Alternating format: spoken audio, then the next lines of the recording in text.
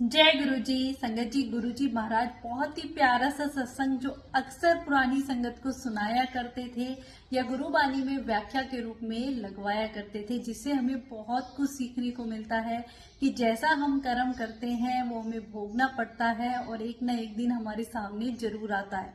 संगत जी, एक साधु संत होते हैं, वो एक राज्य में घूमते घूमते पहुंच जाते हैं और एक राजा के पास जाते हैं। तो वो राजा अपने अस्तबल में अपने घोड़ों के साथ कुछ कर रहे होते हैं। साधु भिक्षा मांगने लग जाते हैं।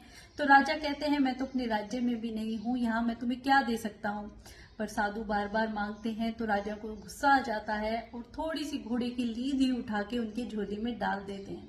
अब साधु तो कहते हैं ना, जो पूर्ण संत होते हैं उन्हें कुछ चाहिए नहीं होता है, वो तो आपका भाव देखते हैं। तो वो उन्हें राजा को आशीर्वाद देते हैं कि जो भी तूने भिक्षा में दिया है वो तुझे 100 गुना होके मिलेगा, और साधु वहां से चले जाते हैं। अब कुछ दिन बाद राजा शिकार करते हुए ऐसे रास्ता भटक जाते हैं। एक जंगल में पहुंचते हैं तो वहां पे एक कुटिया दिखाई देती है, रोशनी नजर आती है। तो वहां पहुंचते हैं, कुटिया के सामने क्या देखते हैं कि एक घोड़े की लीद का इतना बड़ा ढेर लगा हुआ है। अब राजा देख के हैरान रह जाते हैं, कुटिया के अंदर जाते हैं, साधु से जाके पूछते हैं कि महाराज आपके घर के आगे ये किस चीज का ढेर लगा हुआ है।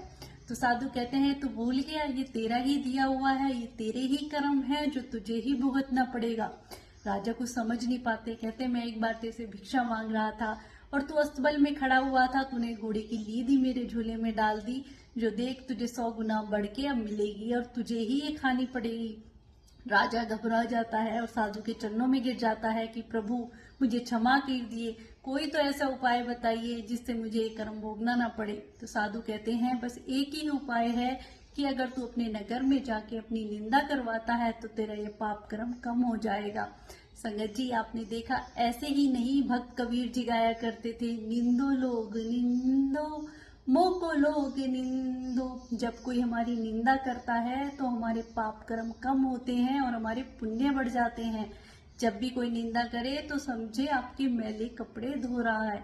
तो संगत जी, ऐसा ही होता है। राजा नगर में जाता है और कुछ न कुछ ऐसे काम करता है कि लोग उनकी निंदा करने लग जाते हैं और वो घोड़े की लीद का ढेर घट घट के धीरे धीरे कम होता चला जाता है और फिर वो जरा सा बच जाता है। अब राजा फिर साधु के पास आते हैं कि प्रभु ये तो सारा खत्म हो गया, पर ये थोड़ा सा बच गया, इसका क्या होगा।